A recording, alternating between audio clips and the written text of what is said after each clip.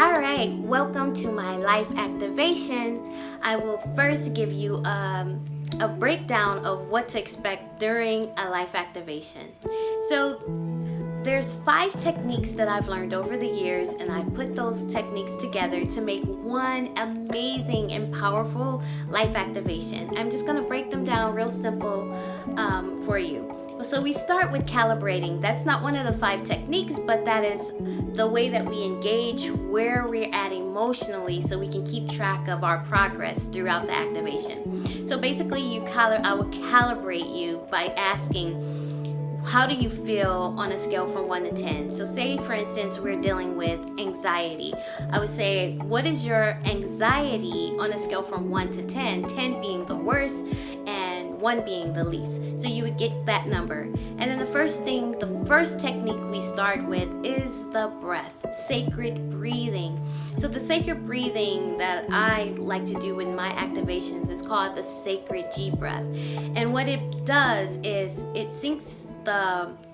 it basically blow out the memory of whatever it is that's causing this anxiety. Okay, so a lot of times we have traumas from childhood or young adult life that's basically stored as a memory. It's stored in our brain. We carry memory in our body. So what the sacred breathing does is interrupt that memory and kind of blow it out. So going through the breath pattern, which I would take you through a series of breaths, changing from in the mouth, from out of the nose, changing from 1 second, 2 seconds, 3 seconds, well, not 2 seconds, but 1 second, 3 second, 5 second, release, breathe in and breathe out, inhale, exhale. So I'm going to take you step by step through that.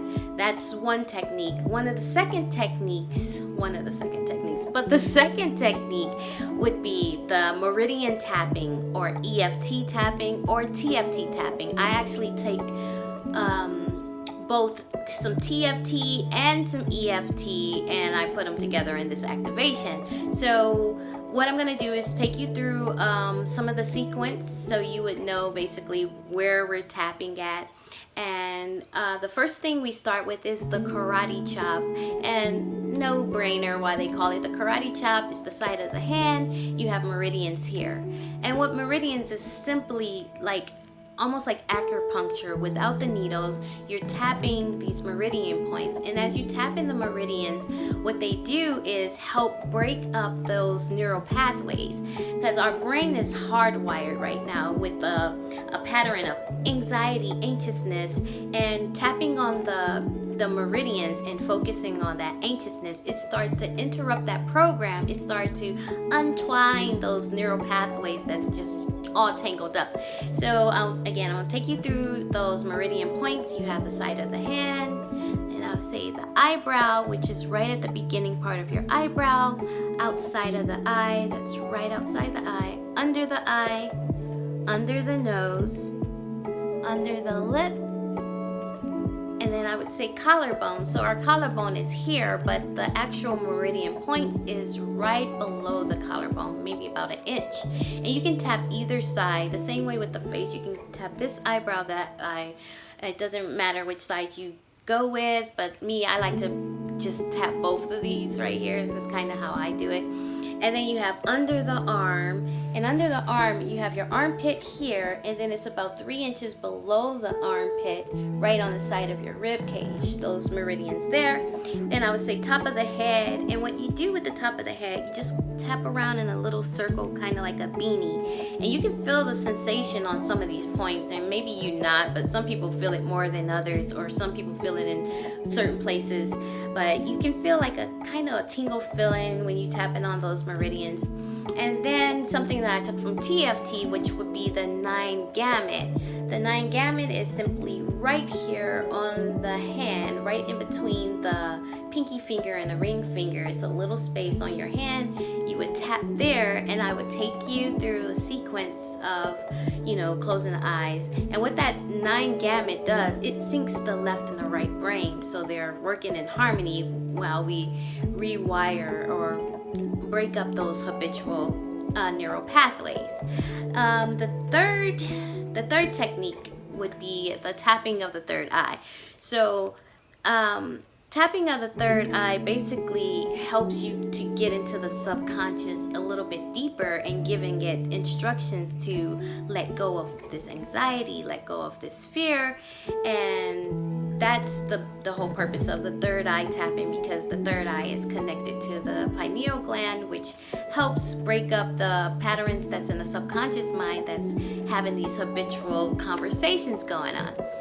And then the next process, the fourth technique, would be peace process. And I love this process well enough on its own, because so many of my clients can just do this if they can't get in touch with me, or just do it throughout the day. You can be anywhere, no one will even know you're doing it. So what the peace process does, it actually takes care of the physical feeling of the anxiety. So you have the feeling, which is the feeling anxiety, but there's a feeling in your body, there's a sensation in your body. And with women, it's usually somewhere right here in our heart chakra, or right in the solar plex area majority of the time. And with men, for some reason, I don't think I have met one man that I've worked with that their feelings are always in their head. It's so funny. But yeah, men are usually in their head. So I would have you tune into that feeling and what you call bring it to peace. And you do that simply by just sending it love, just sending it so much love. And you want to suspend all thoughts at that time. You don't want to try to think about anything. Just clear the mind and just completely be present to the sensation in your body and just loving it anyway.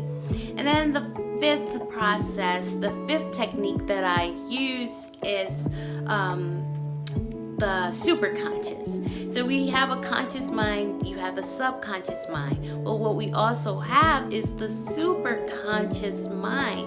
The superconscious is the consciousness that we have that actually gives the programming to the subconscious mind. So you have the superconscious telling the subconscious mind, this is what we think about all the time, this is what we do, this is our belief, this is our patterns.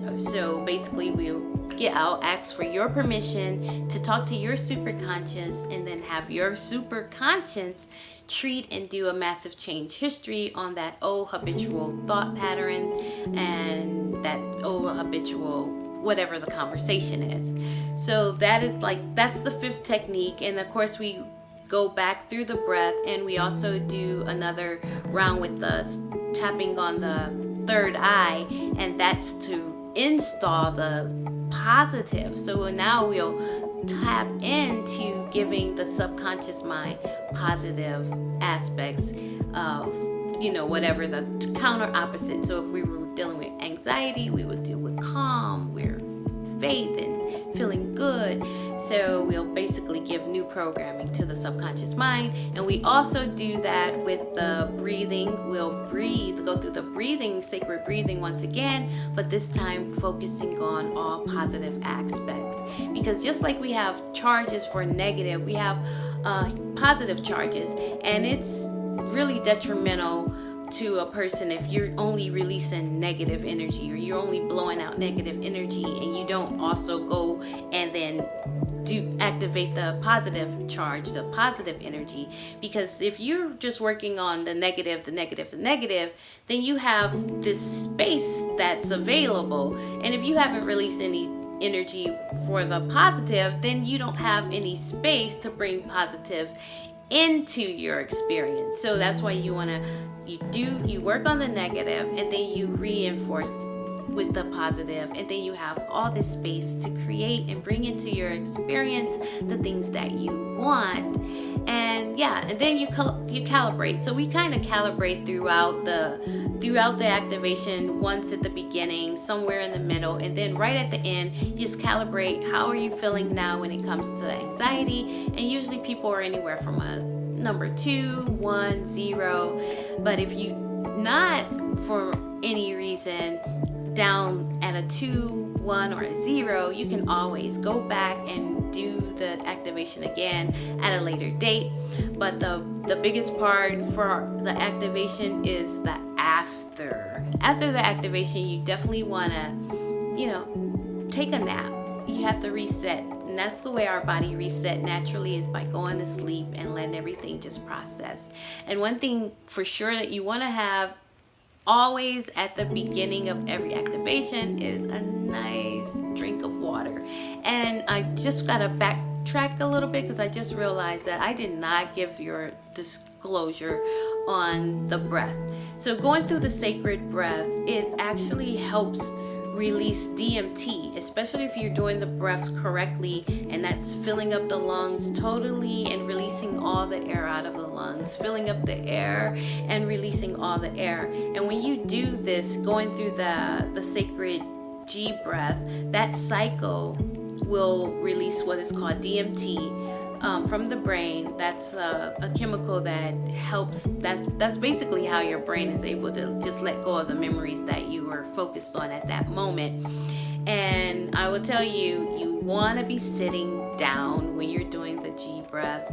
Absolutely sit down. Be sitting, be in a safe position. I've done this breath enough times to know that one time I was in front of a couple people, and for some reason, I don't know, I think I kind of had an outer body experience at the moment, and I went to get up, and the DMT was releasing from the brain, and I completely just passed out. So you want to definitely be sitting down, because you will become very lightheaded. You will become a little disoriented. But the thing about being disoriented right after the breath and able to come back into the present moment, we basically bring ourselves back to present by touching an item, saying the color and saying what it is. So I would say black shirt, and then I would continue on gray couch, or blue and tan cover. You keep doing that, and you might have to touch the same thing over and over if you don't have enough stuff in your reach. But you want to do that until you feel yourself come back present. So those are the 5 techniques that I use in my amazing life activation. And I hope you enjoy this life activation, because it has tremendously changed my life and lives of many people that I've worked with.